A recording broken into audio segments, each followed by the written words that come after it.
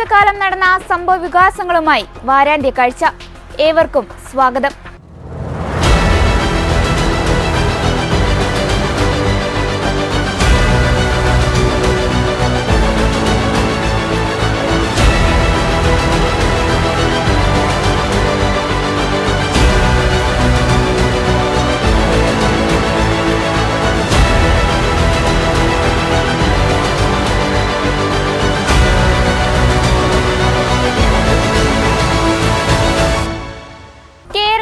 പ്രതീക്ഷകളെത്രയും തകർത്ത് കരാർ വ്യവസ്ഥ പാലിക്കാതെ പദ്ധതിയിൽ നിന്ന് ദുബായ് ഹോൾഡിംഗ്സിന്റെ ടീകോം കമ്പനി ഒഴിയുമ്പോഴും അവർക്ക് നഷ്ടപരിഹാരം നൽകാനുള്ള സർക്കാർ തീരുമാനത്തിനെതിരെ നേതാക്കൾ രംഗത്ത് വന്നതാണ് കഴിഞ്ഞ ആഴ്ചയിലെ സംഭവ വികാസങ്ങളിലൊന്ന്.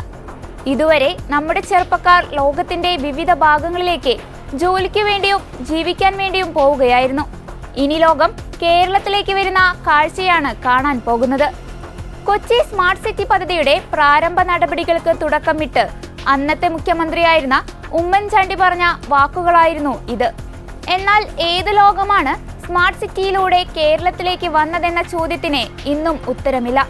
മാറി മാറി വന്ന ഇടത് വലത് സർക്കാരുകളുടെ മേൽനോട്ടക്കുറവ് കാരണം എങ്ങും എത്താതെ പോയ കേരളത്തിന്റെ സ്വപ്ന പദ്ധതി. ഒന്നും ചെയ്യാൻ വകുപ്പുണ്ടായില്ല. സർക്കാരിന് വീഴ്ച വന്നാൽ മാത്രമാണ് എന്തെങ്കിലും ടീകോമിന് നടപടി സ്വീകരിക്കാൻ പറ്റുള്ളൂ. ടീകോമിന് വീഴ്ച വന്നാൽ അത് പിന്നെ VS ഗവൺമെന്റ് സമയത്ത് വരുത്തിയ മാറ്റമാണെന്ന് വസ്തുതാപരമായ കാര്യം മനോരമ എഴുതിയിട്ടുണ്ട്. ഇപ്പൊ നമുക്കെന്ന് വെച്ചിട്ടുണ്ടെങ്കിൽ ഇപ്പൊ ഇന്നലെ ഞാൻ എന്നോട് ചോദിച്ചു, ഇന്നലെ ശരിക്കും ഞാൻ സാധാരണ രീതിയിൽ ഞാൻ പ്രതികരിക്കാതെ പോകേണ്ടതാണ്. കാരണം ബോംബെയിൽ നമ്മുടെ ആളുടെ ആദ്യത്തെ ചോദ്യം ഇതാ, വ്യവസായികളൊക്കെ പണ്ട് ഈ വിജയരാഘവൻ പറഞ്ഞിട്ടുണ്ട്, സിംഗപ്പൂർ മൂലധനം ആകർഷിക്കാൻ കൊണ്ടുപോയപ്പോ പ്രസന്റേഷൻ ഗംഭീരമായി വിദേശികളൊക്കെയാണ്. അപ്പൊ ആദ്യം തന്നെ ആളെ എന്റെ ഇദ്ദേഹം പറഞ്ഞത് മലയാളിയായിരിക്കും. ഇപ്പൊ എന്തെങ്കിലും ചോദിക്കുന്നു, ആദ്യത്തെ KSRTC പോലും മര്യാദയ്ക്ക് നടത്താൻ പറ്റാത്ത നിങ്ങൾ എങ്ങനെയാണ് വലിയ വ്യവസായം ഉണ്ടാക്കുന്നത്? ആദ്യത്തെ ചോദ്യ എല്ലാ വിദേശികളും ഉണ്ട്. അപ്പൊ ഇന്നലെ പത്രക്കാരൻ ആദ്യത്തെ ചോദ്യം തന്നെ ഇതാണ്. അല്ലാണ്ട് ബോംബെയിൽ എങ്ങനെയുണ്ട് വ്യവസായികൾ വന്ന് ചന്ദ്രശേഖരനെ ഇടയ്ക്ക് സൗഹൃദം ചോദിക്കുന്നുണ്ട്. ഇന്നലെ ടാറ്റയിലെ ചന്ദ്രശേഖരനെ കണ്ടല്ലേ? അപ്പൊ ഞാൻ വെച്ചാൽ അതായിരിക്കും ചോദ്യം. ഒരു വാർത്തയാണല്ലോ നമ്മൾ കണ്ടെന്നുള്ളത്. അപ്പൊ അതൊന്നുമില്ല. ആദ്യത്തെ ചോദ്യം തന്നെ ഇതാണ്. നമ്മളെന്താ വെച്ചിട്ടുണ്ടെങ്കിൽ ഇപ്പൊ ആ സ്ഥലം ഇപ്പൊ ഞാനപ്പം ചോദിച്ചപ്പോ ഒരു കാര്യം പറഞ്ഞു, അവരത് പിൻവാങ്ങാൻ പറഞ്ഞിരുന്നു. ഇപ്പൊ നമ്മളും തീരുമാനിച്ചു. ഇപ്പൊ നമ്മുടെ അവരുടെയും ഒരേ നിലപാടിലേക്ക് എത്തി. അപ്പൊ ഒരു ആങ്കർ ചോദിക്കുന്നുണ്ട്, ഒരു മന്ത്രി ഇങ്ങനെ പറയാമോ നമ്മുടെ അവരുടെ നിലപാട് ഒരേപോലെ ആയി എന്നുള്ളത്? ഇതാണ് കാര്യം. എന്ന് വെച്ചാൽ അവര് പിൻവാങ്ങാൻ അഭ്യർത്ഥിച്ചു, നമ്മളിപ്പോ അത് അംഗീകരിച്ചു. ഇപ്പൊ രണ്ടുപേരും നിലപാടൊന്നായല്ലോ ഇതിനകത്ത്, അല്ലാതെ താല്പര്യങ്ങളിലല്ലോ. അപ്പോഴാണ് ഇത് സംബന്ധിച്ച് ഇതെന്ന് വെച്ചിട്ടുണ്ടെങ്കിൽ ഈ കരാറിനകത്ത് നിന്ന് സംസ്ഥാനത്തിന്റെ താല്പര്യം പൂർണ്ണമായും സംരക്ഷിക്കുമ്പോഴായിരിക്കും വ്യവസ്ഥ ഈ നിലപാട്. ഇതിലിപ്പോ എന്താ ചെയ്തിരിക്കുന്നത്? ഈ നഷ്ടപരിഹാരം എന്ന വാക്കാണ് ഉപയോഗിച്ചത്. വേറെ നഷ്ടപരിഹാരം നമ്മുടെ ഈ കരാറിനകത്ത് ഇപ്പോ ഒന്നുകിൽ അബാൻഡൻ ചെയ്യാം അവരുടെ വീഴ്ച വന്നാൽ. അങ്ങനെ വന്നാൽ ഈ ഒരു ഇൻഡിപെൻഡന്റ് വാല്യൂർ നിശ്ചയിക്കുന്ന അനുസരിച്ചുള്ള ഷെയറിൻ്റെത് അവരെടുക്കണം. അവരുടെ വീഴ്ച കൊണ്ട് വന്നാൽ തന്നെ ഗവൺമെന്റിന് വേണമെങ്കിൽ അബാൻഡൻ ചെയ്യാം, അപ്പൊ അവരെടുക്കണം. അല്ലെങ്കിൽ ഇൻഡിപെൻഡന്റ് വാല്യൂർ കണ്ടനുസരിച്ച് നമുക്ക് ഗവൺമെന്റിന് തന്നെ ഈ അവരുടെ ഷെയർ ഗവൺമെന്റിന് എടുക്കാം. പക്ഷെ അതിലൊരു കണ്ടീഷൻ വളരെ കൃത്യമായിട്ട് തന്നെ കരാറിലുണ്ട്. ഇപ്പോഴത്തെ ഭൂമിയുടെ വില എടുക്കില്ല. 91.52 കോടിയാണ് അന്നത്തെ വില. അത് അതേപോലെ നിർത്തും. സാധാരണ വാല്യുവേഷൻ വരുമ്പോ ഭൂമി വില കൂടുമല്ലോ, അത് വെച്ച് കൂടുമ്പോ അവർക്ക് കൂടുതൽ കൊടുക്കേണ്ടി വരും. പക്ഷെ അത് ആ കരാറിൽ തന്നെ ഉണ്ട്. 91.52 കോടിയാണ് അതിന്റെ വാല്യുവേഷൻ മുക്കില്ല. ആഗോള IT കമ്പനികളും നിക്ഷേപവും നേരിട്ടെത്താത്തതാണ് സ്മാർട്ട് സിറ്റി പദ്ധതിക്ക് തിരിച്ചടിയായത്. പദ്ധതിക്കായി 12% ഭൂമി സൗജന്യമായി നൽകണമെന്ന ആവശ്യത്തിൽ നടപടികൾ വൈകിയതോടെ ടീകോമിന്റെ താൽപര്യവും കുറഞ്ഞു. ദുബായുമായുള്ള നയതന്ത്ര ബന്ധത്തിൽ കരുതലെടുത്തു നീങ്ങിയ സംസ്ഥാന സർക്കാർ കാലതാമസത്തിൽ ഒരു ഘട്ടത്തിലും ഇടപെടൽ നടത്താത്തതും തിരിച്ചടിയായി. അതേസമയം സ്മാർട്ട് സിറ്റി എന്ന ആശയത്തിൽ നിന്നും സർക്കാർ പിൻവാങ്ങില്ലെന്ന് മന്ത്രി P. രാജീവ് പറഞ്ഞു. പദ്ധതി പ്രദേശം പൂർണ്ണമായും സർക്കാർ മേൽനോട്ടത്തിൽ ഉപയോഗിക്കും. 100 കമ്പനികൾ ഭൂമിക്കായി കാത്തു നിൽക്കുകയാണ്. ടീകോമിനുള്ള നഷ്ടപരിഹാരം കമ്മിറ്റി രൂപീകരിച്ച് തീരുമാനിക്കുമെന്നും നിക്ഷേപകർക്ക് ആശങ്ക വേണ്ടെന്നും മന്ത്രി പറഞ്ഞു. നിയമോപദേശമനുസരിച്ചാണ് സർക്കാർ നീങ്ങുന്നത്.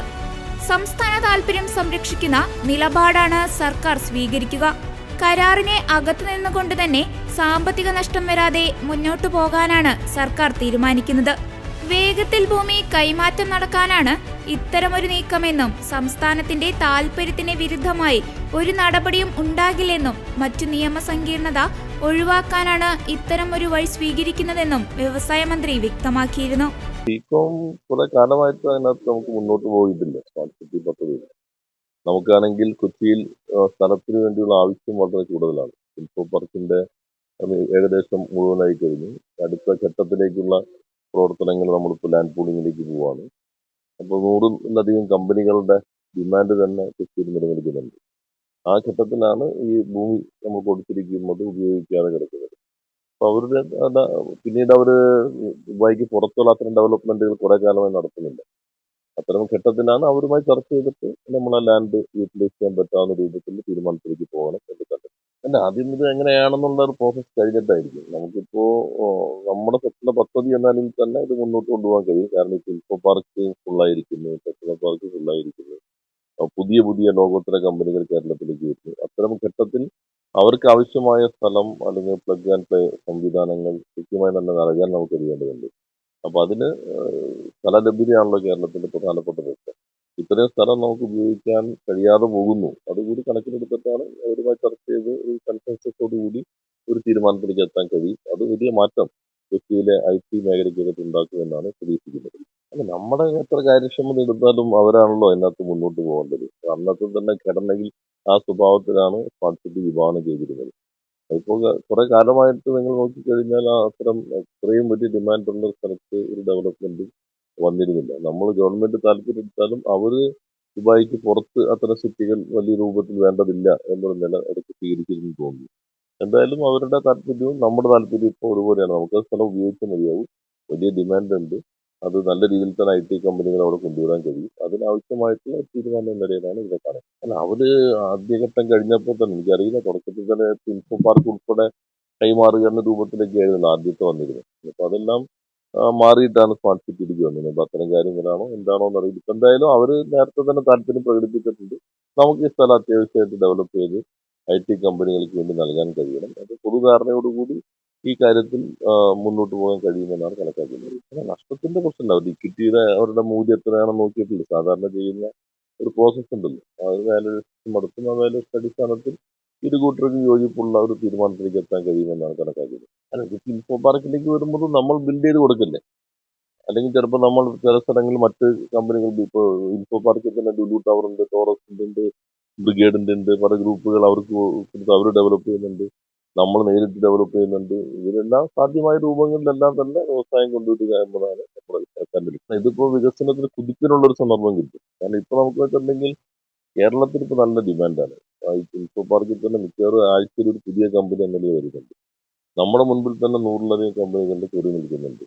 അപ്പൊ അതെല്ലാം വെച്ച് നമുക്ക് മുന്നോട്ട് പോകാൻ സ്ഥലം അധിക ഉണ്ടായിത്തീരും. അപ്പൊ അതിൽ ഒരു പ്രധാനപ്പെട്ട ഒരു മാറ്റം ഇതിന്റെ ഭാഗമായി വരുമെന്നാണ് കണക്കാക്കുന്നത്. അവരായിട്ടുള്ള കൺസൾട്ടേഷൻ കമ്മിറ്റിയൊക്കെ വെച്ച് വാല്യുവേഷൻ ഒക്കെ നടത്തി അവരുമായി ധാരണയിൽ തന്നെ ആയിരിക്കും കാര്യങ്ങൾ കൈകാര്യം. അതിപ്പോ ഒരു കമ്മിറ്റി വാല്യുവേഷൻ നടത്തണം, അവരുമായി ഡിസ്കഷൻ നടത്തണം. ആസ് ഏർലി ആസ് പോസിബിൾ എന്നാണ് ഗവൺമെന്റ് കഴിച്ചത്. പിന്നെ അവർക്ക് കുറെ കൂടി പോസിറ്റീവ് ആയിരിക്കും. കാരണം നമ്മുടെ നാട്ടിൽ എല്ലാ സ്ഥലവും നമ്മൾ ഉപയോഗിക്കാൻ തീരുമാനിച്ചിരിക്കുന്നു. ഒരു സ്ഥലവും വെറുതെ ഇടാൻ തീരുമാനിച്ചിട്ടില്ല. നമുക്ക് ലഭ്യമായിട്ടുള്ള എല്ലാ സ്ഥലവും പരമാവധി ഉപയോഗിക്കാനുള്ള തീരുമാനത്തിലേക്കാണ് പോകുന്നത്. ആ മെസ്സേജ് ആയിരിക്കും അത് നൽകുക. നിങ്ങൾ രാഷ്ട്രീയക്കുഴപ്പം ഉണ്ടാക്കാതിരുന്നാൽ. ഇപ്പൊ നമ്മളിപ്പോ ഫെബ്രുവരിയിൽ നടക്കുന്ന നമ്മുടെ ഇൻവെസ്റ്റ് സമ്മിറ്റിന്റെ മുന്നോടിയായിട്ട് 41 പ്രിപ്പറേറ്ററി പ്രോഗ്രാംസ് ആണ്. ചില കോൺക്ലേവ്, റൗണ്ട് ടേബിളുകൾ, പിന്നെ സെക്ടർ വൈസ് മീറ്റിംഗ്, പിന്നെ road show. Chennai road show കഴിഞ്ഞു, ബാംഗ്ലൂർ കഴിഞ്ഞു. ഇന്ന് ഇവിടെ രാവിലെ കോൺസുൽ ജനറൽമാരുമായിട്ടുള്ള ഒരു മീറ്റിംഗ് ഉണ്ട്. അത് കഴിഞ്ഞ് ഫിക്കിയുമായിട്ട് വന്ന് വൈകിട്ട് ഇവിടുത്തെ പ്രധാന ഇൻവെസ്റ്റേഴ്സുമായിട്ടുള്ള ഒരു ആശയവിനിമയമുണ്ട്. അപ്പോൾ നാളെ ഡൽഹിയിൽ മുഖ്യമന്ത്രി തന്നെ പങ്കെടുത്ത അംബാസഡർമാരുമായിട്ടുള്ള ഒരു മീറ്റിംഗ് വൈകിട്ടുണ്ട്. രാവിലെ ഡൽഹിയിൽ തന്നെ ഇതുപോലെ ഫിക്കിയുമായി ചേർന്ന് മറ്റൊരു മീറ്റിംഗ് ഉണ്ട്. അപ്പോൾ അതിലൂടെ എല്ലാം കേരളത്തെ ഫോക്കസ് ചെയ്യുക, എല്ലാവരും കേരളത്തിലേക്ക് ക്ഷണിക്കുക, നമുക്ക് സാധ്യമാകുന്ന വ്യവസായ മേഖലയിൽ കൂടുതൽ നിക്ഷേപം കൊണ്ടുവരിക, ഇത്തരം കാര്യങ്ങളാണ് ഉദ്ദേശിക്കുന്നത്. സ്മാർട്ട് സിറ്റി എന്ന കൺസെപ്റ്റിൽ സർക്കാർ മാറുന്നില്ല. പുതിയ കമ്പനികൾ കേരളം മൊത്തത്തിൽ സ്മാർട്ട് സിറ്റിയാക്കി വ്യവസായങ്ങൾക്കെല്ലാം പറ്റുന്ന, ആധുനിക വ്യവസായങ്ങൾക്ക് പറ്റുന്ന ഒന്നാക്കി മാറ്റാൻ കഴിയും. കേരളത്തിന്റെ ഒരു പ്രത്യേകത സിറ്റി വില്ലേജ് വ്യത്യാസം വളരെ കുറവാണ്. എല്ലാ പ്രദേശവും നമുക്ക് നന്നായി ഉപയോഗിക്കാൻ കഴിയും. അതേസമയം സ്മാർട്ട് സിറ്റി പദ്ധതിയിൽ നിന്ന് ടീകോമിന് അങ്ങോട്ട് നഷ്ടപരിഹാരം നൽകി ഒഴിവാക്കാൻ തീരുമാനിച്ചത് നിയമോപദേശത്തിന്റെ അടിസ്ഥാനത്തിലെന്ന വിശദീകരണമാണ് സർക്കാർ നൽകുന്നത്. UAE-യുമായുള്ള നല്ല ബന്ധം നിലനിർത്താനാണ് കരാർ വ്യവസ്ഥ ലംഘിച്ചിട്ടും ആർബിട്രേഷൻ നടപടിയിലേക്ക് പോകാത്തതെന്ന വാദവും വ്യവസായ വകുപ്പ് നിരത്തുന്നു. ടീംകോം കരാർ ലംഘിച്ചാൽ ചെയ്യേണ്ട കാര്യങ്ങളെക്കുറിച്ചുള്ള വ്യവസ്ഥയിലെ ചില ഭാഗം കമ്പനിക്ക് അനുകൂലമായി വ്യാഖ്യാനിച്ചാണ് സർക്കാർ തീരുമാനം. നിയമവകുപ്പിന്റെയും AGയുടെയും നിയമോപദേശത്തിന്റെ അടിസ്ഥാനത്തിലാണ് ടീംകോം മുടക്കിയ പാട്ടത്തുകയും നിക്ഷേപവും കണ്ടെത്തി തിരിച്ചു നൽകാൻ തീരുമാനിച്ചതെന്നാണ് വ്യവസായ വകുപ്പിന്റെ വിശദീകരണം. എന്നാൽ പാട്ടക്കരാർ വ്യവസ്ഥകൾ മുഴുവൻ ടീംകോം ലംഘിച്ചെന്ന് കോൺഗ്രസ് നേതാവ് രമേശ് ചെന്നിത്തല പറഞ്ഞു. ടീംകോം വ്യവസ്ഥകൾ ലംഘിച്ച സാഹചര്യത്തിൽ അടിയന്തരമായി സർക്കാർ ആ ഭൂമി ഏറ്റെടുക്കണം. ടീകോമുമായി സർക്കാർ ഉണ്ടാക്കിയ കരാറിൽ വ്യവസ്ഥകൾ ലംഘിച്ചാൽ ആ കരാർ മുഴുവനായും റദ്ദാക്കാനും അസറ്റുകൾ തിരിച്ചുപിടിക്കാനുമുള്ള അവകാശമുണ്ട്. ഈ രണ്ട് അവകാശങ്ങളും നിലനിൽക്കുമ്പോൾ അത് വിനിയോഗിക്കാതെ ടീകോമിനെ നഷ്ടപരിഹാരം കൊടുക്കുക എന്നത് അഴിമതിയാണെന്നും അത് അംഗീകരിക്കാനാകില്ലെന്നും അദ്ദേഹം കൂട്ടിച്ചേർത്തു. ടീകോം എന്ന് പറയുന്ന കമ്പനിക്ക് നഷ്ടപരിഹാരം കൊടുക്കുന്നതിനെ പറ്റിയാണ് ഗവൺമെന്റ് തീരുമാനിക്കാൻ പോകുന്നത്. അതിനു വേണ്ടിയിട്ടാണ് ഒരു കമ്മിറ്റിയെ നിയോഗിച്ചത്. നമ്മളെല്ലാം അത്ഭുതപ്പെടുത്തുന്ന ഒരു കാര്യമാണിത്. ഇതൊരു വൻ അഴിമതി അല്ലെങ്കിൽ പിന്നെ എന്താണ് കേരളത്തിൽ ഇവിടെ ഇതുമായി ബന്ധപ്പെട്ട് നടക്കുന്നത്? കഴിഞ്ഞ 10 വർഷക്കാലം 246 ഏക്കർ സ്ഥലം വെറുതെയിട്ട് ഒരാൾക്കും തൊഴിൽ കൊടുക്കാതെ വാഗ്ദാന ലംഘനവും കരാർ ലംഘനവും നടത്തിയ കമ്പനിക്കെതിരെ നിയമ നടപടി സ്വീകരിക്കുന്നതിന് പകരം അവർക്ക് കോമ്പൻസേഷൻ കൊടുക്കുന്നതിനെ പറ്റി ആലോചിക്കുന്ന ഈ ഗവൺമെന്റ് ആരെ സഹായിക്കുകയാണ്? തൊഴിലില്ലാത്ത ചെറുപ്പക്കാർക്ക് തൊഴിൽ കൊടുക്കാൻ വേണ്ടി IT മേഖലയിൽ പുതിയ സംരംഭങ്ങൾ ആരംഭിക്കാനാണ് ഉമ്മൻചാണ്ടി ഗവൺമെന്റ് ഈ പദ്ധതി കൊണ്ടുവന്നത്. അന്നത്തെ വാഗ്ദാനമായിരുന്നു 90,000 പേർക്ക് ജോലി കൊടുക്കുമെന്ന്.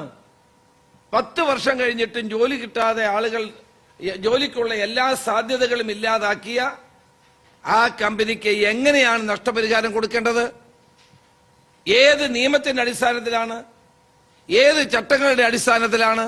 അപ്പോൾ ഇതൊരു വലിയ അഴിമതിയാണ്. മാത്രമല്ല, ടീകോം കമ്പനിയുടെ പ്രതിനിധിയായിരുന്ന ബാജി ജോർജ് എങ്ങനെയാണ് ഈ കമ്പനിയുടെ ഈ ഇവാലുവേഷൻ നഷ്ടപരിഹാരത്തിന് വേണ്ടി ഇവാലുവേറ്റ് ചെയ്യാൻ വേണ്ടി ഒരു കമ്മിറ്റിയിൽ അംഗമാകുന്നത്? ബാജി ജോർജ് എന്ന് പറയുന്ന വ്യക്തി ടീകോമിന്റെ പ്രതിനിധിയായിട്ടാണ് അന്ന് ഈ കരാറിൽ ഒപ്പിട്ടത്. അയാള് തന്നെ ആ കമ്പനിക്ക് നഷ്ടപരിഹാരം കൊടുക്കാൻ വേണ്ടി കമ്മിറ്റിയിൽ അംഗമാകുന്നത് അതിനേക്കാൾ വലിയ തെറ്റാണ്. ഇതൊരു കാരണവശാലും കേരളത്തിന് അംഗീകരിക്കാൻ കഴിയുന്ന ഒന്നല്ല. അപ്പോൾ ഈ വൻ അഴിമതിയെ നമുക്ക് അംഗീകരിച്ചു കൊടുക്കാൻ കഴിയുന്നതല്ല.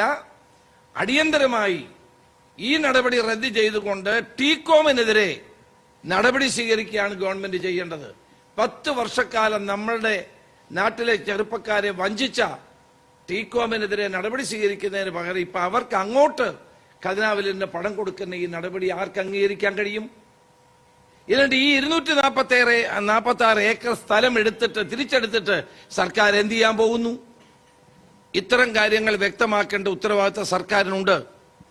അപ്പോൾ ഇത് യഥാർത്ഥത്തിൽ നമ്മൾ പരിശോധിക്കുമ്പോൾ ഈ കരാർ ലംഘനത്തിനെതിരായി നടപടി സ്വീകരിക്കാനും ഇവരുടെ കയ്യിൽ നിന്ന് ഗവൺമെന്റ് പണം ഇങ്ങോട്ട് വാങ്ങുകയാണ് വേണ്ടത്. അതിന് പകരം അവർക്ക് അങ്ങോട്ട് കൊടുക്കുന്നത് വൻ അഴിമതിക്ക് വഴിതെളിക്കും. അതുകൊണ്ട് ഈ മന്ത്രിസഭാ തീരുമാനം റദ്ദാക്കണമെന്ന് ഞാൻ ആവശ്യപ്പെടുന്നു. ഈ അഴിമതിക്കെതിരെയുള്ള നീക്കങ്ങളുടെ ഒന്നാമത്തെ സാക്ഷി എന്ന് പറയുന്നത് ബാജി ജോർജാണ്. ടീകോം കമ്പനിയുടെ പ്രതിനിധിയായി കരാറിൽ ഒപ്പിട്ട ബാജി ജോർജ് ആണ് ഇപ്പോൾ അദ്ദേഹത്തെ വഴിയോര ഒരു കമ്പനി ഉണ്ടാക്കി. അന്ന് ഞാൻ അതിനെ എതിർത്തതാണ്. സ്മാർട്ട് സിറ്റി പദ്ധതിയിൽ ടീകോമിനെ നഷ്ടപരിഹാരം നൽകാനുള്ള മന്ത്രിസഭാ തീരുമാനത്തിനെതിരെ പ്രതിപക്ഷ നേതാവ് VD സതീശനും രംഗത്ത് വന്നിരുന്നു. ആരുമായും ചർച്ച ചെയ്യാതെ സ്മാർട്ട് സിറ്റി പദ്ധതി അവസാനിപ്പിക്കാൻ മന്ത്രിസഭ തീരുമാനിച്ചത് വിചിത്രമായ നടപടിയാണെന്നും 9,000 പേർക്ക് ജോലി നൽകുമെന്ന് ഉറപ്പു നൽകിയ ഒരു സംരംഭമാണ് അട്ടിമറിക്കപ്പെടുന്നതെന്നും അദ്ദേഹം പറഞ്ഞു. ടീകോമിനെ നഷ്ടപരിഹാരം കൊടുക്കുമെന്ന് പറഞ്ഞാൽ സർക്കാരിന്റെ ഭാഗത്തു നിന്നും വീഴ്ചയുണ്ടായെന്നാണ് അതിന്റെ അർത്ഥം. 2016 ഫെബ്രുവരി 20 ഉമ്മൻചാണ്ടി സർക്കാരിന്റെ കാലത്ത് സ്മാർട്ട് സിറ്റിയുടെ 1ാം ഘട്ടം ഉദ്ഘാടനം ചെയ്യപ്പെട്ടതാണ്. 8 വർഷത്തിനു ശേഷം ടീകോമിനെ നഷ്ടപരിഹാരം നൽകാൻ സർക്കാർ തീരുമാനിച്ചതിനു പിന്നിൽ ദുരൂഹതകളുണ്ടെന്നും അദ്ദേഹം പറയുകയുണ്ടായി. ഇത് മുഴുവൻ ഈ ജീർണത ബാധിച്ച പാർട്ടി ഏത് ക്രിമിനലിനും കുടപിടിച്ചു കൊടുക്കുന്ന ഒരു പാർട്ടിയായി, അധപ്പതിച്ച പാർട്ടിയായി മാറിയിരിക്കുന്നു എന്നതിൻ്റെ ഏറ്റവും വലിയ ഉദാഹരണമാണ്. ഈ രണ്ട് സംഭവങ്ങളിലും അടിയന്തരമായ നടപടികൾ സ്വീകരിക്കുകയും പോലീസ് കുറ്റക്കാർക്കെതിരായി ശക്തമായ നടപടികൾ സ്വീകരിക്കുകയും ചെയ്തില്ലേ എങ്കിൽ വലിയ സമരപരിപാടികളുമായി ഞങ്ങളുടെ തലസ്ഥാനത്ത് ഞങ്ങൾ മുന്നോട്ട് പോകും. ഒരു സംശയക്കാര്യത്തിൽ വേണ്ട. ഇത് ഈ ശിശുക്ഷേമ സമിതി അടിയന്തരമായി അത് പിരിച്ചുവിടണം. ക്രിമിനലുകളുടെ താവളമാണ് ശിശുക്ഷേമ സമിതിയുടെ നേതൃത്വത്തിൽ ഇരിക്കുന്ന ആളുകൾ. അവിടെ നടത്തുന്ന അപ്പോയിൻമെന്റ്സ് മുഴുവൻ എന്തൊരു അപമാനമാണ് ഈ സംസ്ഥാനത്ത്. മറ്റൊരു കാര്യം എനിക്ക് സൂചിപ്പിക്കാനുള്ളത്, ആരോടും ചർച്ചയില്ലാതെ ക്യാബിനറ്റ് കൂടി കുറേ തീരുമാനങ്ങൾ വന്നതിൻ്റെ ഒരു കൂട്ടത്തിൽ ഒരു തീരുമാനം വന്നിരിക്കുകയാണ്. സ്മാർട്ട് സിറ്റി അവസാനിപ്പിക്കാനുള്ള തീരുമാനം വളരെ വിചിത്രമായ ഒരു തീരുമാനമാണ്. ആരാണ് ഇതിന് ഉത്തരവാദി? ടീകോമിന് നഷ്ടപരിഹാരം കൊടുക്കാൻ ആലോചിക്കുമെന്നാണ് പറയുന്നത്. അപ്പൊ ആരാണ് ഇതിന്റെ തകർച്ചയിൽ ആരാണ് ഉത്തരവാദി? കേരളത്തിൽ 90,000 പേർക്ക് ജോലി ലഭിക്കും എന്ന് ഉറപ്പുണ്ടായിരുന്ന ഒരു സംരംഭമാണ് അട്ടിമറിക്കപ്പെട്ടിരിക്കുന്നത്. അപ്പൊ ടീകോമിന് നഷ്ടപരിഹാരം കൊടുക്കും എന്ന് പറഞ്ഞാൽ അതിന്റെ അർത്ഥം സർക്കാരിന്റെ ഭാഗത്ത് നിന്ന് വീഴ്ചയുണ്ടായിരുന്നില്ല. 2016 ഫെബ്രുവരി 20 ഉമ്മൻചാണ്ടിയുടെ ഭരണത്തിന്റെ അവസാന നാളുകളിൽ ഇതിന്റെ 1ാം ഘട്ട ഉദ്ഘാടനം ചെയ്യപ്പെട്ടതാണ്. 6.5 ലക്ഷം സ്ക്വയർ ഫീറ്റ് IT ടവറാണ് അന്ന് ഉദ്ഘാടനം ചെയ്തത്. 6.5 ലക്ഷം IT ടവർ 1ാം ഘട്ടത്തിൽ. ആലപ്പുഴ കളർക്കോടുണ്ടായ വാഹനാപകടത്തിൽ 5 മെഡിക്കൽ വിദ്യാർത്ഥികൾ മരിച്ച വാർത്ത ഞെട്ടലോടെയാണ് കേരള ജനത കഴിഞ്ഞ ആഴ്ച കേട്ടത്. ഒട്ടേറെ നടപടികൾ വിവിധ തലങ്ങളിൽ സ്വീകരിച്ചു വരുന്നുണ്ടെങ്കിലും കേരളത്തിലെ പ്രധാനപ്പെട്ട പ്രശ്നമായ വാഹനാപകടങ്ങളെ തുടർന്നുണ്ടാകുന്ന മരണങ്ങളും ഗുരുതര പരിക്കുകളും കാര്യമായി കുറഞ്ഞിട്ടില്ല. വാഹനാപകടം മൂലം വർഷം തോറും 4000-ഓളം പേർ മരിക്കുകയും അതിന്റെ 10 ഇരട്ടി പേർക്ക് പലതരത്തിലുള്ള പരിക്ക് പറ്റുകയും ചെയ്യുന്നത് തുടരുകയാണ്. എന്നാണ് ഇതിനെല്ലാം ഒരു അന്ത്യമുണ്ടാവുക? കഴിഞ്ഞ തിങ്കളാഴ്ച രാത്രിയാണ് നാടിനെയാകെ നൊമ്പരത്തിലാഴ്ത്തിയ ദാരുണമായ വാഹനാപകടം ഉണ്ടായത്. പാലക്കാട് സ്വദേശി ശ്രീദേവ് വത്സൻ, മലപ്പുറം കോട്ടക്കൽ സ്വദേശി ദേവനന്ദൻ, കണ്ണൂർ സ്വദേശി മുഹമ്മദ് അബ്ദുൽ ജബ്ബാർ, ലക്ഷദ്വീപ് സ്വദേശി മുഹമ്മദ് ഇബ്രാഹിം, കോട്ടയം സ്വദേശി ആയുഷ് ഷാജി എന്നിവരാണ് അപകടത്തിൽ മരിച്ചത്. 2 മാസം മുമ്പാണ് 5 പേരും ആലപ്പുഴ മെഡിക്കൽ കോളേജിൽ MBBSനെ ചേർന്നത്. കാറിൽ 11 പേരാണ് ഉണ്ടായിരുന്നത്.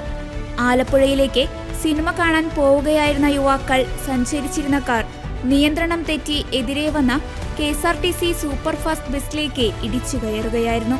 കാർ വെട്ടിപ്പൊളിച്ചാണ് വിദ്യാർത്ഥികളെ പുറത്തെടുക്കാൻ സാധിച്ചത്. കാറിലുണ്ടായിരുന്ന മറ്റുള്ളവർ ചികിത്സയിൽ തുടരുകയാണ്. വാഹനാപകടത്തിൽ പരിക്കേറ്റ വിദ്യാർത്ഥികളുടെ നില ഗുരുതരമാണെന്നും ആരോഗ്യമന്ത്രി വീണ ജോർജ് പറഞ്ഞു. മെഡിക്കൽ ബോർഡ് രൂപീകരിച്ചതായും എല്ലാ ചികിത്സയും ഒരുക്കിയിട്ടുണ്ടെന്നും മന്ത്രി വ്യക്തമാക്കി. മെഡിക്കൽ ബോർഡ് സാധ്യമായിട്ടുള്ള എല്ലാ ചികിത്സകളും നൽകണമെന്നുള്ളതാണ് തീരുമാനിച്ചിട്ടുള്ളത്. അപ്പോൾ അതിൻ്റെ കാര്യങ്ങൾ കൂടി മെഡിക്കൽ ബോർഡ് പരിശോധിക്കും. നിലവിലുള്ള സ്ഥിതി, ഇപ്പോൾ നൽകുന്ന ട്രീറ്റ്മെൻറ്റ്, ബാക്കി കാര്യങ്ങളെല്ലാം തന്നെ മെഡിക്കൽ ബോർഡ് പരിശോധിക്കും. മെഡിക്കൽ ബോർഡ് പോയി ചെയ്യുന്നു.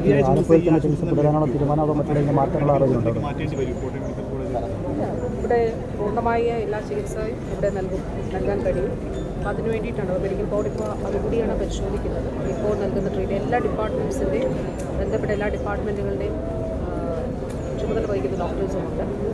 അപ്പോൾ നിലവിലുള്ള ട്രീറ്റ്മെൻറ്റും അവരുടെ ശാരീരികാവസ്ഥയും ഇനി എന്തൊക്കെ കാര്യങ്ങൾ ചെയ്യണം എന്നുള്ളത് കൂടി അവർ കൂട്ടായിട്ട് ആലോചിക്കും. അതിനു വേണ്ടിയിട്ടാണ് പ്രത്യേക മെഡിക്കൽ ബോർഡ് ചെയ്യുന്നത്.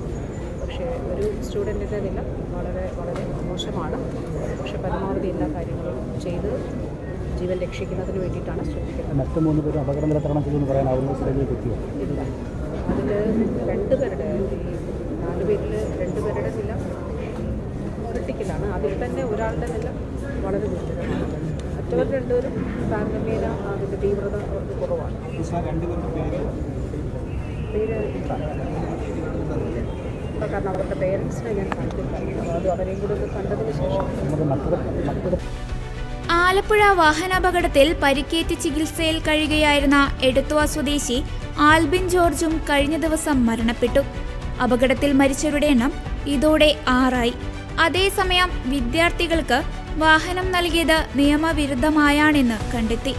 6 മെഡിക്കൽ വിദ്യാർത്ഥികൾ മരിച്ച സംഭവത്തിൽ കാറിന്റെ ഉടമ ഷാമിൽ ഖാനെതിരെ മോട്ടോർ വാഹന വകുപ്പ് കേസെടുത്തു. മെഡിക്കൽ വിദ്യാർത്ഥികൾക്ക് വാഹനം നിയമവിരുദ്ധമായി വാടകയ്ക്ക് നൽകിയെന്ന് മോട്ടോർ വാഹന വകുപ്പ് കണ്ടെത്തിയതിനെ തുടർന്നാണ് നടപടി. മോട്ടോർ വാഹന വകുപ്പ് സംഭവത്തിന്റെ വിശദമായ റിപ്പോർട്ട് പ്രോസിക്യൂഷൻ നടപടികൾക്കായി കോടതിയിൽ സമർപ്പിക്കും. ഒന്നിച്ച് പായസം കുടിച്ച പരിചയത്തിലാണ് കാർ കൊടുത്തതെന്നായിരുന്നു 5 പേരുടെ മരണത്തിന് ശേഷം വാഹനോടമ ആദ്യം പറഞ്ഞത്. എന്നാൽ ഇയാളുടെ വിശദീകരണം അവിശ്വസനീയമാണെന്ന് പറഞ്ഞ് മോട്ടോർ വാഹന വകുപ്പ് തള്ളിക്കളഞ്ഞിരുന്നു. ഷാമിൽ ഖാന്റെ കാർ വാടകയ്ക്കെടുത്ത് സിനിമ കാണാൻ പോകുമ്പോഴായിരുന്നു വിദ്യാർത്ഥികൾ സഞ്ചരിച്ച കാർ അപകടത്തിൽപ്പെട്ടത്. സഹപാഠികളെ നഷ്ടമായതിന്റെ വേദനയിലാണ് 1-ാം വർഷ MBBS വിദ്യാർത്ഥികൾ. ഗൗരി ശങ്കർ എന്ന വിദ്യാർത്ഥി വാഹനോടമ ഷാമിൽ ഖാന് 1000 രൂപ ഗൂഗിൾ പേ വഴി നൽകിയതിന്റെ തെളിവുകൾ പോലീസ് ശേഖരിച്ചു. ലൈസൻസ് ഇല്ലാതെ റെന്റിനെ വാഹനം നൽകിയതിനെതിരെ നടപടിയുണ്ടാകുമെന്ന് ആലപ്പുഴ SP-യും പ്രതികരിച്ചു. വാഹനം ഓടിച്ച ഗൗരി ശങ്കറിനെ പ്രതി ചേർത്ത് പോലീസ് കോടതിയിൽ റിപ്പോർട്ട് നൽകി. മനഃപൂർവ്വമല്ലാത്ത നരഹത്യ കുറ്റം ചുമത്തി. അതേസമയം ആലപ്പുഴയിലെ മെഡിക്കൽ കോളേജ് വിദ്യാർത്ഥികളുടെ അപകടമരണം KC വേണുഗോപാൽ MP ലോക്സഭയിൽ ഉന്നയിച്ചു. ബ്ലാക്ക് സ്പോട്ടുകളിലെ അപകട സാധ്യത കുറയ്ക്കാൻ 40,000 കോടി രൂപയുടെ പദ്ധതി തയ്യാറാക്കിയിട്ടുണ്ടെന്നും ആലപ്പുഴയിൽ അപകടം നടന്ന ദേശീയപാതയിലടക്കം പദ്ധതി നടപ്പാക്കുമെന്നും കേന്ദ്രമന്ത്രി നിതിൻ ഗഡ്കരി മറുപടി നൽകി. വാഹനാപകടത്തെ തുടർന്ന് ആലപ്പുഴ RTO പ്രതികരിച്ചു. വാഹനത്തിന്റെ പഴക്കം, ഓവർലോഡിംഗ്, കാലാവസ്ഥ, റോഡിലെ ജലപാളികളുടെ അംശം തുടങ്ങിയവയാണ് അപകടത്തിലേക്ക് നയിച്ചതെന്ന് RTO പറഞ്ഞു. അമിത വേഗതയ്ക്കുള്ള സാധ്യത കാണുന്നില്ലെന്നും അപകടത്തിന് കാരണമായ പ്രധാന ഘടകം മഴ ആണെന്നും അദ്ദേഹം പറഞ്ഞു.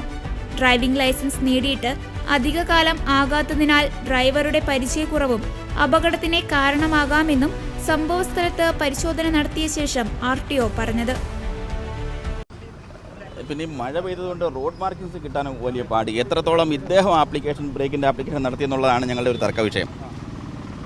ബ്രേക്ക് ചവിട്ടാനുള്ള സാഹചര്യവും സമയവും ഈ KSRTCക്ക് കിട്ടിയിട്ടില്ലെന്ന് തന്നെ ബോധ്യപ്പെടുന്നത്. പിന്നെ ആൻറ്റി ബ്രേക്ക് ലോക്കിംഗ് സംവിധാനമുള്ള വണ്ടി അല്ല അത്.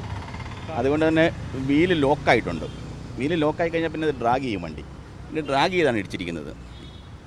ഫസ്റ്റിൽ ഇടിച്ചിരിക്കുന്ന ഹിറ്റ് പോയിൻ്റ് ആ വണ്ടിയുടെ കോ ഡ്രൈവറിൻ്റെ മുകളിലായിട്ട് വരുന്ന ആർച്ച് ഭാഗത്താണ് വണ്ടി ഇടിച്ചിരിക്കുന്നത്. അതുകൊണ്ടാണ് ടോപ്പ് വുഡ് അകത്തേക്ക് ഇരുത്തിയിരിക്കുന്നത്. ഏറ്റവും ഡാമേജ് കിട്ടിയിട്ടുള്ള കോ ഡ്രൈവർക്കായിരിക്കും. ഇവരുമായിട്ട് സംസാരിച്ചപ്പം അവിടെ ഉണ്ടായിരുന്നെന്നാണ് പറയുന്നത്. ഡ്രൈവർ പറയുന്നത് ഒരാളെ ഉണ്ടായിരുന്നുള്ള. ബാക്കിയുള്ള ആൾക്കാരൊക്കെ ഈ ഇമ്പാക്റ്റിൽ ഫ്രണ്ടിലേക്ക് വന്നു കാണും. തലയുമായിട്ടൊക്കെ കൂട്ടിയിടിക്കുക, അതിൻ്റെയൊക്കെ സാഹചര്യങ്ങളുണ്ട്. ഡ്രൈവർ സേഫായത് ഇതിങ്ങനെ വണ്ടി ടെസ്റ്റ് ആയതുകൊണ്ടാണ്. ടെസ്റ്റ് ഇല്ലായിരുന്നെങ്കിൽ ഡയറക്റ്റ് കൊളീഷനായനെ. കുറച്ചുകൂടെ ഒരടിയും കൂടെ അല്ലെങ്കിൽ 1 മീറ്റർ കൂടെ കിട്ടിയിരുന്നെങ്കിൽ വണ്ടി തെന്നിപ്പോയാൽ നമുക്ക് ഇതിൻ്റെ ഇമ്പാക്റ്റ് കുറയ്ക്കാൻ പറ്റിയേനെ. ഇത് ഇമ്പാക്റ്റ് ഒന്നും നഷ്ടപ്പെട്ടില്ല. അതായത് എല്ലാം വണ്ടി തന്നെ കിട്ടി. എല്ലാം കിട്ടിയത് ആ വണ്ടിയിലുമാണ്. ഇത് അപ്പർ ബോഡി ഉള്ളൊരു വണ്ടി ആയതുകൊണ്ട് ഈ കിട്ടിയത് ഒന്നും ഒഴിവായില്ല. ഇപ്പോൾ വണ്ടി തെറിച്ചു പോയായിരുന്നെങ്കിൽ കുറച്ച് ഇമ്പാക്റ്റ് കുറഞ്ഞേനെ. അതിനൊന്നും സാഹചര്യം ഉണ്ടായില്ല. മഴ ഒരു പ്രധാന ഘടകമായി. സ്കിഡിങ്ങിൻ്റെ പ്രധാന ചാൻസ് വന്നത് മഴയാണ്. പിന്നെ ആൻറ്റി ലോക്കിംഗ് സംവിധാനമുള്ള വണ്ടിയല്ല. ഇതിൽ ലോക്കായാൽ ഈ പ്രശ്നമുണ്ട്. ഇതിൽ ലോക്കാതിരിക്കാനാണ് വിട്ട് പിടിക്കുന്നത്. ഈ കേസിൽ ആ സാഹചര്യം ഉണ്ടായിരുന്നില്ല. പരിചയക്കുറവുണ്ടാവും. 10-20 വയസ്സുള്ള പയ്യെന്ന് പറയുമ്പം 2 വർഷം മുമ്പ് അദ്ദേഹത്തിൻ്റെ ലൈസൻസ് ഇതുവരെ നമ്മളെ കാണിച്ചിട്ടില്ല. അത് ചോദിച്ചിട്ടുണ്ട്. 18 വയസ്സേ ഉള്ളൂ അല്ലേ? അതായത് 1-ാം വർഷം MBBSന് വരിക എന്ന് പറയുമ്പോഴത്തേക്ക് ഒരു 20 വയസ്സ് നമുക്ക് പരമാവധി കൂട്ടാം. ഇതിൻ്റെ ലൈസൻസ് ഇതുവരെ ഞങ്ങൾക്ക് വിധേയമാക്കിയിട്ടില്ല. അത് നോക്കിയിട്ട് അതിനെക്കുറിച്ച് പറയാം. അത് ഡോക്യുമെൻറ്റേഷൻ സൈഡ് ഇഷ്യൂസ് ഒന്നുമില്ല.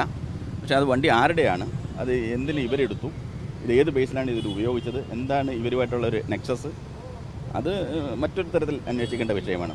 വാഹനത്തിൻ്റെ ഫിറ്റ്നസ് 15 വർഷത്തേക്കുള്ള സ്വകാര്യ വണ്ടിയല്ലേ. ഇൻഷുറൻസ് ഉണ്ട്. Insurance valid. 2-ാം മാസം വരെ ഇൻഷുറൻസ് വാലിഡാണ്. തേർഡ് പാർട്ടി ആയിരിക്കും ഇൻഷുറൻസ് ഉണ്ടാകുന്നത്. 14 വർഷം പഴക്കമുള്ള വണ്ടിയല്ലേ, അങ്ങനെയൊക്കെ തന്നെ ഇരിക്കത്തുള്ളൂ. 14 വർഷം പഴക്കമുള്ള വണ്ടി. വണ്ടിയുടെ ഓവർലോഡിങ്, വണ്ടിയുടെ പഴക്കം, ഇവിടുത്തെ കാലാവസ്ഥ, റോഡിലെ ജലപാളികളുടെ അംശം, ഇവയെല്ലാം ഈ ആക്സിഡൻറ്റിലേക്ക് നയിച്ചു. ഓവർലോഡ് ആയിരുന്ന സമയത്ത് നമ്മൾ മനസ്സിലാക്കണം, 5 പേര് പുറകിലത്തെ കമ്പാർട്ട്മെൻറ്റ് ഉണ്ടെന്ന് പറയുമ്പം വണ്ടിയിലൊക്കെ ആയിരിക്കും ഇരുന്നത്. ഇതോടെ ഈ ആഴ്ചയിലെ വാരാന്ത്യ കാഴ്ച പൂർണ്ണമാകുന്നു. അടുത്ത ആഴ്ച വീണ്ടും കാണാം. നന്ദി.